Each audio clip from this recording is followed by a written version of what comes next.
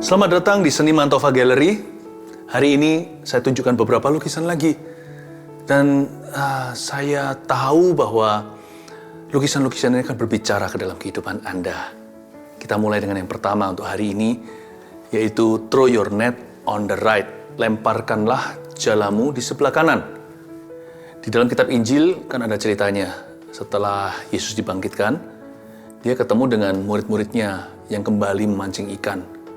Lalu Tuhan Yesus mengulurkan tangannya dan berkata dari jauh, lemparkan jalamu di sebelah kananmu. Kanan kiri sih nggak ada bedanya. Jadi nggak ada yang namanya superstisi. Tetapi memang Tuhan sengaja suruh mereka di sebelah kanan lempar jala. Karena berarti mereka harus bergantung dengan tangan kiri untuk menarik jala itu sebagai pangkal kekuatan. Nah, karena sebagian besar orang bukan kidal kan. Karena kita semua, sebagian besar di antara kita, hampir semua umat manusia itu tangan kanan. Jadi berarti Tuhan suruh mereka tidak menggantungkan pada kekuatan manusia. Malah justru dalam kelemahan mereka lah mereka akan lihat mujizat. Ketika dilemparkan, wow, ikannya banyak sekali. Mereka tahu itu Tuhan. Mereka sadar bahwa itu Kristus yang dibangkitkan. Kalau Anda perhatikan dengan detil, tangan Yesus sudah berlubang paku. Ini setelah kebangkitan tentunya. Lalu saya suka sekali di art piece ini, ada perpaduan warna yang berani untuk menunjukkan bahwa ada dinamika yang dialami serta pergumulan jiwa di dalam diri para rasul yang kembali untuk menjala ikan, bukan menjala manusia. Tapi di mana ada Yesus, di situ ada ketenangan, ada air yang tenang.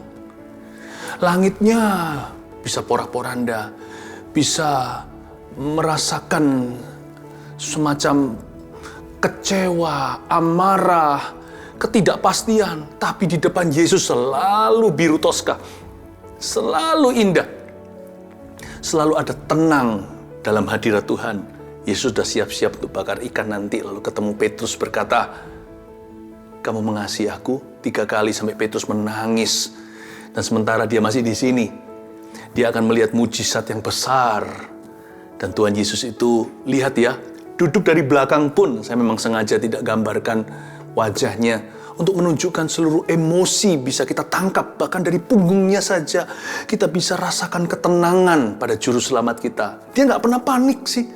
Dia lihat semua murid-muridnya mundur rohani ceritanya. Dia tetap stabil emosinya. Tuhan kita itu bukan hanya ajaib.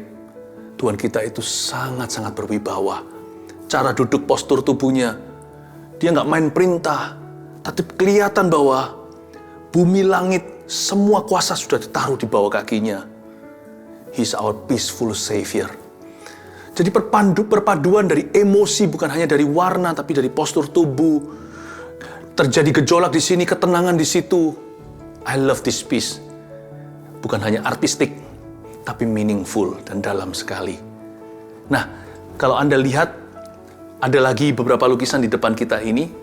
Yang sebelah situ nanti berhubungan tentunya, tapi saya mulai dengan di sini dulu. Talking about our Savior ya, bicara tentang Juru Selamat kita. Juru Selamat kita itu begitu baik. Inilah sebuah lukisan yang saya beri nama Little Lamb. Anda dan saya ada di atas punggungnya, jadi ini you and me. Waktu itu ceritanya domba ini tersesat lalu ditemukan kembali. Dia terharu sih. Dia merasa, aku ini siapa kok dicari oleh majikanku? Kok gembalaku mau belanin aku. Dia mau betul-betul cariin high and low, dataran tinggi, daratan rendah, dicari semua kolong langit sampai dia menemukan saya. Hari itu sang domba terharu. Bisa bayangkan ini semua adalah perasaannya dia. Saya bisa gambarkan sekeliling ini adalah feeling sang domba. Kelihatannya putih semuanya, tapi berwarna-warna. Sebenarnya memakai materi yang juga bercahaya di tempat remang atau glow in the dark. Domba ini bercampur-campur perasaannya haru dan juga tercengang. Apakah aku seberharga itu ya? Matanya tidak melihat ke satu tujuan, seperti dia merenungkan. Hari ini aku menyadari, aku bukan hanya domba, aku adalah anaknya. Dan Tuhan Yesus saya lukiskan dan gambarkan dengan cara yang sangat manusiawi.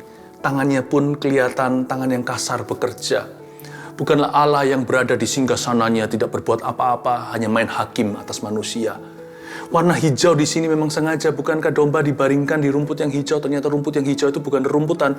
Rumput yang hijau itu ternyata adalah pundaknya Tuhan. Segala sesuatu di pundak Tuhan lebih hijau rasanya. Karena itu jangan bergumul sendiri. Gembalamu sangat peduli. Dan ini seolah-olah melukiskan sebuah hubungan. Memang begitu sih. Saya lukiskan hubungan saya di atas kanvas ini. Hubungan Anda juga dengan Tuhan kita. We are on His shoulders. Kita ada di pundaknya. We're going home. Carried by Him. Kita digendong Tuhan. Sembari pulang ke rumah. Tapi jangan lekas-lekas ya. Masih banyak tugas di dunia ini. Tapi intinya, Tuhan itu menggendong kita seumur hidup kita. Tidak pernah dilepaskan. Sampai kapanpun juga. Your Savior, your Shepherd loves you. Gembalamu mengasihimu. Yang tadi saya sebutkan, yang ada hubungan dengan painting pertama yang saya jelaskan. Penangkapan ikan yang ini namanya miraculous catch. Atau penangkapan secara mujizat. Hari itu terjadi sesuatu yang ajaib. Persisnya 153 ikan nih. Mereka semua lari masuk ke jala Petrus. Jadi bukan Petrus yang menjala ikan. Ikan itu yang menangkap jala Petrus. Karena mereka semua seolah-olah berebut untuk masuk ke jala itu. Mengambil bagian dalam cerita mujizat penangkapan. Mereka seolah-olah tahu cerita mereka akan memuliakan Tuhan. Bayangin, ikan-ikan ini rela mati.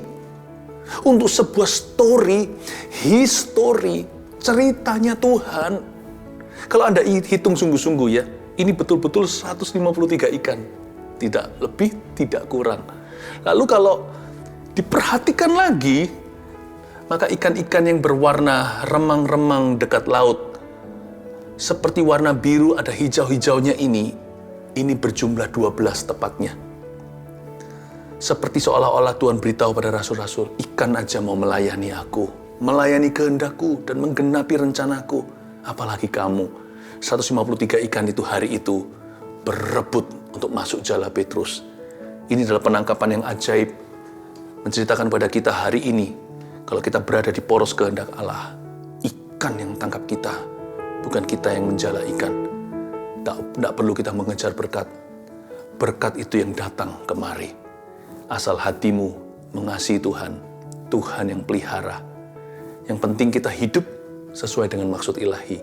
Biru ini biru yang cool sekali di hati. Terasa waktu saya melihat ini, merasakan seperti seolah-olah saya berada di perahu ini bersama dengan Petrus dan Yohanes. Saya tahu bahwa sekalipun hidup seluas samudera, tetapi justru di tengah-tengah seolah-olah saya sendirian di seluruh dunia. Pernah kan kita merasa lonely among an ocean of men, kita berada di samudera raya manusia, tapi kita merasa sendirian. No. Kalau Anda dan saya hari ini berada di poros kehendak Allah, di sini terjadi rencana Tuhan. Lautan boleh luas, tapi rancangan Allah itu spesifik untuk orang-orang yang tunduk kepada kehendaknya. Saya ingin Anda untuk melihat hari ini bahwa Tuhan itu bekerja dalam diri rasul-rasul, dan Tuhan bekerja di dalam kehidupan Anda juga. Your miraculous catch is on the way. Penangkapan ajaib itu akan segera terjadi di hidupmu. Mari ikut sama saya. Berikutnya, the spies, land of milk and honey. Para pengintai, negeri yang melimpah dengan susu dan madunya. Kalau Anda perhatikan, ada dua arah gerakan. Yang pertama, seperti hujan susu. Saya memang pakai banyak unsur air untuk melukis yang satu ini. Anda lihat ini putih-putih seperti susu sedang mengalir. Seperti hujan susu dari sorga. Tetapi kalau Anda lihat ini warna-warna madu seperti mengalir dari ujung kanan ke ujung kiri. Seperti ada dua aliran, vertikal dan horizontal. Melambangkan berkat Tuhan itu selalu datang tepat waktu. Dan ini adalah lukisan yang sangat profetik. Seolah-olah saya melukiskan apa yang ada di depan Anda. Bahwa tanah Kanaan menanti atau tanah perjanjian. Lihat anggurnya besar-besar. Pengintai-pengintai ini adalah orang-orang yang melihat janji. Saya ingin sekali supaya lewat lukisan ini Anda bisa melihat masa depan Anda itu betul-betul penuh pengharapan dalam Tuhan. Itu jangan gigi jari. Dan sebagai seorang seniman yang mencoba melukiskan firman Tuhan, saya harap lewat jari jemari saya Hari ini saya menubuatkan janji-janji Tuhan dalam kehidupanmu. Anggur-anggur yang gemuk-gemuk ini menunggumu dan keluargamu.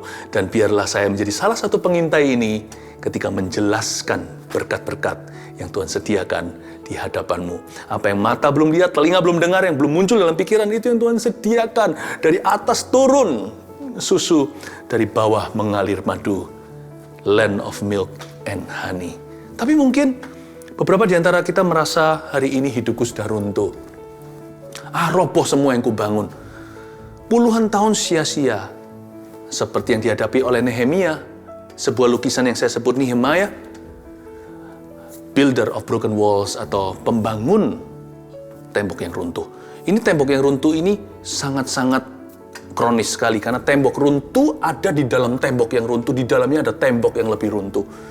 Jadi betul-betul runtuh, hancur ini seperti kehidupan beberapa kita. Banyak orang hidupnya seperti ini hari ini. Baik itu bisnisnya, kehidupan pribadi, keluarga, rumah tangga, hubungannya, pelayanannya hancur lebur. Rasanya nggak ada yang tersisa. Masih ada sih sisa-sisa kehidupan. Kalau Anda lihat sini ada biru-biru sedikit. Pernah ada sisa-sisa di sini. Masih ada warna-warna soil atau tanah. Tidak sedingin ini, sedingin salju. Tapi seperti masih ada tersisa bekas-bekas kehidupan dari masa lalu. Tapi apa boleh buat? Mau diapain lagi nih reruntuhan? Karena itu Nehemia berdiri di sini dengan pedangnya ditaruh di dekatnya, karena dia tidak bergantung dengan pedang jasmani. Karena Alkitab mengatakan sih di Nehemia, satu tangan mereka membangun tembok, satu tangan lagi memegang senjata. Tapi senjata nggak pernah dipakai karena Allah yang berperang bagi mereka. Jadi senjata ditaruh dekat-dekat aja, jaga-jaga. Tetapi kuncinya di sini. Nehemia downloading, dia mendownload apa yang jadi blueprint rencana Allah. Waktu dia lihat reruntuhan, dia membayangkan ini bisa jadi apa ya? Dia nggak mau bersandar pada pengertian sendiri. Kalau pengertian manusia pasti putus asa. Jadi dia bergantung dengan pewahyuan. Dia berkata, Tuhan, makanya saya kasih kosong di sini, melambangkan dirimu. Downloadlah dari Kristus. Sekalipun di depan Anda itu bukan cuma 0, tapi defisit. Anda bisa mulai dari minus bahkan. Kalau Tuhan kasih DNA baru, kalau Tuhan kasih perencanaannya, kalau Tuhan kasih blueprintnya, Anda akan terkejut ini bisa jadi apa. Karena kitab Nehemia menjelaskan bagaimana tembok itu terbangun, bait suci juga. Tembok yang runtuh berabad-abad menjadi tembok besar. From a broken wall to become a great wall. Semua dimulai dari situ. Tapi waktu melukis ini ya begitu indah. Ini sekali lagi pakai unsur-unsur kasar. Saya pakai ada pasir-pasir di dalamnya. Lalu ini kan seperti tembok-tembok ya. Seperti batu-batu begitu. Nah, ada satu fokus yang jangan diabaikan. Ketika Tuhan masih berbicara, Nehemia bahkan belum mengangkat batu pertama. Dia baru memikirkan ini bisa jadi apa. Dia baru kumpulkan seluruh imannya untuk percaya bahwa bagi Allah tidak ada yang mustahil. Bahwa Tuhan bisa membangun kembali di atas reruntuhan dan puing-puing. Baru saja berpikir, baru berdoa, baru meratap karena Nehemia menangisi Yerusalem yang rubuh itu. Tuhan munculkan tanda kehidupan dan penyertaan. Tiba-tiba ada tunas baru muncul di tanah yang gersang. Tuhan menunjukkan bahwa I am with you. Nggak usah tunggu sampai setengah jalan sebelum kita bisa menyelesaikan misi kita, sebelum kita bisa memulai bahkan. Tuhan itu sudah sertai hati yang berbalik kepada Tuhan. Ini adalah Nehemia, pembangun tembok yang runtuh, untuk mengingatkan kita bisa bangun apa saja asal Kristus beserta dengan kita.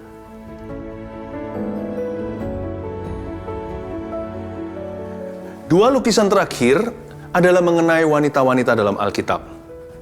Seolah-olah setiap lukisan itu bersambung dan sebuah seri yang indah. Kali ini saya mau presentasikan dua perempuan yang tiada duanya, Elisabet dan Maria. Kita semua tahu ceritanya kan? Elisabet itu mengandung Yohanes Pembaptis di masa tua. Jadi Elisabet seharusnya sudah lanjut usia. Ini kerabatnya Maria, tapi Maria hamil muda, baru didatangi Gabriel, diberitahu kau akan mengandung Immanuel. Jadi mereka berdua itu ketemuan waktu Maria datang untuk berkunjung. Sekalian tinggal berapa bulan. Coba bayangkan, perempuan dengan perempuan, apalagi hubungan mereka dekat, pasti banyak ngobrol, mereka saling menguatkan, saling tukar pikiran. Tapi pesan Tuhan buat para perempuan adalah ini, jikalau Anda mengandung sebuah tujuan ilahi dalam hidupmu, Anda tidak sendiri. Selalu ada wanita lain yang juga punya benih kudus di dalam hatinya, yang akan memahami apa yang Anda alami. Ini Daughters of Destiny, celebrate sisterhood atau merayakan persaudaraan antara perempuan. Mother and daughter, bisa saja mama dan putrinya, ibu dan anak, atau bisa saja sisters, atau bisa sahabat karib. Tuhan tidak pernah izinkan Anda lonely. Dan lukisan ini sangat istimewa, membutuhkan waktu yang lama untuk menyelesaikannya, karena ada banyak makna, dalam sekali. Sejujurnya, rangkuman dari lukisan saya yang ada, itu bisa ditemukan di atas kanvas ini yang Anda lihat. Saya mulai dengan beberapa ya. Anda lihat pilar-pilar yang berjatuhan ini adalah kerajaan-kerajaan yang pernah besar lalu roboh, seperti Persia, Mesir, Babilonia. Tetapi kerajaan yang ada di perut Maria, kerajaan anak Allah yang kekal itu tidak akan pernah berkesudahan. Kalau di sebelah sini adalah melambangkan Yohanes Pembaptis, padang gurun dan buluh yang di padang belantara. Di sebelah sini Anda lihat bunga-bunga ini, lily of the valley, atau bunga bakung yang di padang. Itulah lambang Tuhan. Dan lalu Anda melihat seputar kehidupan Yesus yang dicatat oleh Injil, dimulai dari orang Majus, ketika waktu itu malaikat semuanya nengok dari surga, anak Allah yang tunggal dilahirkan di Bethlehem Palungan. Lalu setelah itu Yesus dibaptis, kemudian dia memecah-mecahkan roti. Semua kaleidoskop daripada Kristus Yesus yang kita cintai tertera dan tertumpah betul-betul atas kanvas ini sebagai sebuah pesan Injil bagi kita semua. Lalu Yesus berjalan di atas air. Ada lukisan saya satu yang seperti ini. Lalu juga ada yang namanya perjamuan kudus, ketika Yesus makan perjamuan malam terakhir dengan 12 rasul. Lalu Yesus di Via Dolorosa, dia memikul salib kita dengan mahkota durinya, kubur yang kosong, lalu kenaikan ke sorga. Ini adalah lukisan yang istimewa. Oh, jangan lupa, ada 153 ikan yang ditangkap oleh murid-murid karena mereka taat pada perintah Tuhan. Saya bisa bayangkan, coba pakai imajinasi sedikit. Maria dan Elizabeth pas ngobrol-ngobrol, pasti ada Roh Kudus di tengah-tengahnya. Mereka dua-dua itu orang diurapi. Bahkan ketika Maria datang berkunjung ke Elizabeth, bayi di dalam perutnya, Yohanes Pembaptis itu melonjak girang kepenuhan Roh Kudus. Saya yakin ada Roh Kudus di rumah itu pada waktu dua wanita ini saling menguatkan, saling bagikan apa yang mereka dapat dari Tuhan untuk keturunan. Anak mereka itu jadi apa nantinya? Ini pasti ada dalam pembicaraan mereka, sekalipun mereka tidak tahu persis pastinya. Tapi samar-samar mereka pasti membicarakan sesuai dengan nubuatan Tuhan. Daughters of Destiny, kepada para perempuan saya ingin berkata lewat lukisan ini, Anda tidak sendiri. Ketika Anda mengandung sesuatu yang ilahi di hati, pegang teguh. Sebab itu akan terjadi. Tuhannya Maria dan Elizabeth adalah Tuhan Anda. Terakhir, lihat lukisan yang satu ini. Saya senang sekali menjadi lukisan terakhir yang saya jelaskan hari ini. Ini adalah wanita Narwastu. Saya mencoba melukiskan sebuah hati.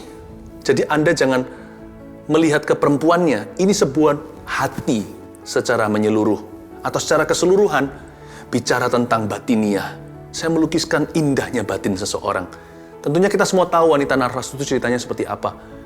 Dia datang tanpa diundang, lalu semua rasul-rasul ada di sana, dia ajari semua laki-laki itu gimana mencintai Tuhan ketika dia pecahkan sebuah minyak wangi yang mahal yang harganya sekitar $55.000 Amerika hari ini. Jadi itu life saving atau seluruh simpanan hidupnya, seluruh tabungan. Saya kasih judul Alabaster Woman, A Beautiful Heart. Nah, sekeliling sini Anda bisa melihat ada banyak luka batin yang dia alami. Profesi perempuan ini mungkin bukanlah sesuatu yang bagus. Tetapi Anda bisa lihat sisa-sisa kegelapan dari masa lalu. Lalu Anda ada scratches, ada kasar-kasarnya, ada seperti ada cakaran, ada seperti goresan. Ini melambangkan hati perempuan ini. Namun lihat, dia datang dengan tanpa banyak bicara, dalam ketenangan, dalam keanggunan. Dia nggak melihat masa lalunya, dia lihat Yesus di depan. Dia tutup dengan tudung kepalanya. melambangkan keindahannya, namun dia sopan. Lalu dia pecahkan minyak yang mahal itu untuk mengurapi Yesus. Sebuah hati yang dipersembahkan untuk Tuhan, yang mengajari semua rasul hari itu bagaimana cinta kepada seorang juru selamat yang ada di depan mata. Wanita itu luar biasa. Kalau mereka betul-betul mengerti kasih dalam Kristus, mereka bisa mengubah hati banyak orang, termasuk laki-laki. Dan perempuan ini mengajarkan kepada kita. Saya sendiri jadi iri kok. Kok kita nggak punya hati seperti ini ya? Kalau Anda sekarang lihat lagi, ada banyak simbolisme yang ada pada sekitar pakaian dan jubahnya yang melambangkan situasi dan emosi hati wanita ini ketika mempersembahkan hati dan batinnya kepada Tuhan. Tapi saya tidak akan tunjukkan satu persatu. Indahnya sebuah seni adalah di sini. Ketika Anda melihatnya lagi, Anda akan belajar sesuatu yang baru. Akan new discovery, akan ada penemuan-penemuan yang baru yang tidak Anda duga sebelumnya. Coba Anda tebak. Apa aja situasi hati yang dipersembahkan untuk Tuhan? Bisa lihat ya, saya kasih bocoran, ada seperti apinya di sini. Passion, gairah. Nggak mungkin kita bisa mengasihi Tuhan dengan segenap hati kalau kita nggak bergairah, kalau kita nggak ada passion di dalam hatinya. Anda bisa lihat di sini ada aliran air, ada sebuah kedalaman cinta akan Tuhan. Mengalir ke bawah kepada sanubari dan batinia. Lalu ada air mata di sebelah sini yang menjadi benih. Seperti mengairi atau menyirami benih-benih iman. Lalu bertumbuhlah bunga-bunga di padang yang gersang. Ada masa depan bagi orang-orang yang mengasihi Tuhan. Lalu yang rutinitas pun, hal-hal yang sifatnya rutin diserahkan. Kalau kita cinta Tuhan itu, kasih akan Tuhan akan mengubah semua rutinitas hidup kita. Bukan menggantinya loh ya, tapi memberi makna. Lalu ada hal-hal yang masih belum kelihatan wujudnya, nanti jadi apa, ada banyak surprises dan kejutan yang kita tidak akan duga. Lukisan ini penuh dengan kedalaman, karena mencoba melukiskan sebuah hati yang indah, itu susah. Tetapi, saya lukiskan ini dengan hati, untuk berbicara ke hati Anda. Dan saya percaya, lukisan ini akan mengubah hati seseorang ketika melihatnya. Saya yakin hari ini, semua tur ini, pasti Tuhan berbicara kepada Anda. Saya bersyukur diberi kesempatan untuk memberkati Anda lewat seni, karena Tuhan kita itu memberi pada umatnya banyak talenta. Hendaknya kita selalu memakai talenta kita untuk menyenangkan Tuhan dan memuliakan namanya. Terima kasih sudah bersama dengan saya, Seniman Tova. Dan di galeri ini, saya ucapkan shalom pada Anda semuanya. Dan Tuhan Yesus memberkati. Semoga Anda semakin dekat sama Tuhan, semakin mengasihi Dia. God bless you ya.